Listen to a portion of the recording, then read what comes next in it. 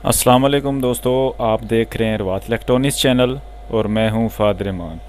आज की वीडियो में मैं आपको ये जो VFD है सोलर के लिए जो हम इस्तेमाल करते हैं INV-T, तो इसकी जो PB4 सेटिंग है इसके मालूमात इस वीडियो में मैं आपको दूंगा।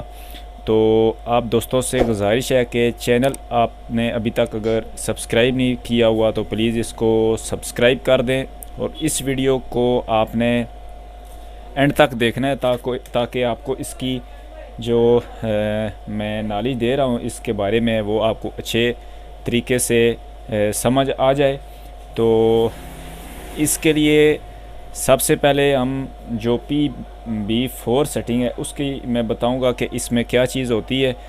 तो इसके PB4 जो सेटिंग है ये जो सोलर पैनल की सेटिंग होती है वो इसमें करना पड़ती है, यानी कि अगर आपका जो सोलर ट्यूबवेल है उसमें पानी जो है वो कम या ज़्यादा आ रहा है, फ्रीक्वेंसी में वेरिएशन है, तो उससे आपकी जो मोटर है वो ख़राब होने का ख़दशा होता है। तो इसके लिए आपको PB जो है उसकी सेटिंग करना पड़ती है PB4 में।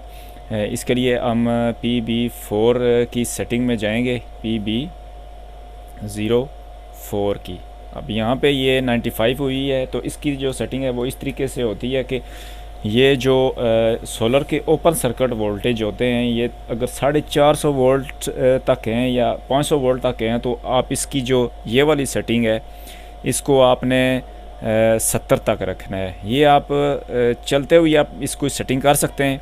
अगर वेरिएशन कम हो जाती है तो इसी सेटिंग पे इसकी रख दें। तो ये अगर आपके 450 से 500 वोल्ट हैं तो इसको आपने कोशिश करनी है कि 70 तक रखें।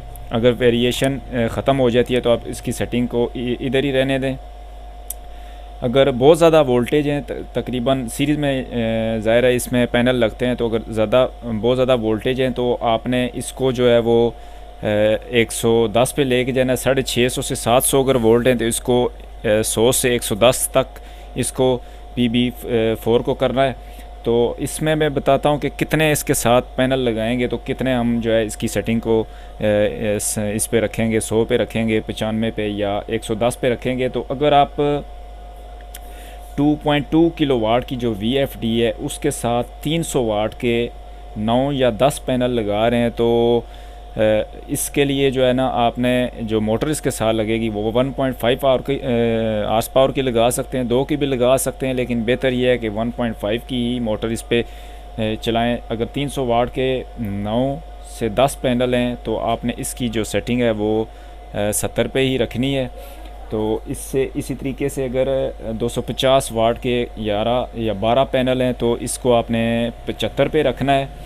तो अब जो अगर आप इससे बड़ी VFD इस्तेमाल कर रहे हैं 5 किलो वाट की, तो उसके साथ जो अगर आप सिंगल फेज़ मोटर इस्तेमाल कर रहे हैं तो 2.5 हार्स पावर की मोटर उसके साथ इस्तेमाल होगी, और 3 फेज़ अगर इस्तेमाल कर रहे हैं तो 7 हार्स पावर तक भी आप इस पर इस्तेमाल कर सकते हैं। तो अब आइए इसमें बताते हैं कि कितने पैनल इसके साथ आप सीरीज़ में लगा सकते हैं और कितने पैनल के साथ आप इसकी ये वाली जो सेटिंग है PB4 वाली वो इसमें कर सकते हैं। अगर आपके 12 से 13 पैनल हैं तो इसको जो है वो 75 तक ही रखें। अगर 15 से 16 पैनल हैं तो आपने इसको कोशिश करना है कि 90 से 95 तक इसको सेट करें। ये बेसिकली जो ये चीज़ है ये इसको बताना पड़ता है कि कितने जो वोल्टेज हैं वो आ रहे हैं। अगर इसकी सही तरीके से आप सेटिंग नहीं करेंगे तो एक तो फ्रीक्वेंसी में वेरिएशन भी आएगी और दूसरी जो है वो UV का एरर भी दे देगी VFD। तो अगर 17 से 18 पैनल लगा रहे हैं तो 100 से 110 के दरमियान आप इसको 100 या फिर 10 इसकी सेटिंग रख सकते हैं। इसकी जो सेटिंग है वो 70 से ले कर 110 तक आप रख सकते हैं, मिनिमम 70 और मैक्सिमम जो है वो 110 तक रख सकते हैं। दोबारा से मैं एक दफ़ा बता देता हूँ, 12 से अगर 13 पैनल हैं तो आपने इसको 75 पे रखना है।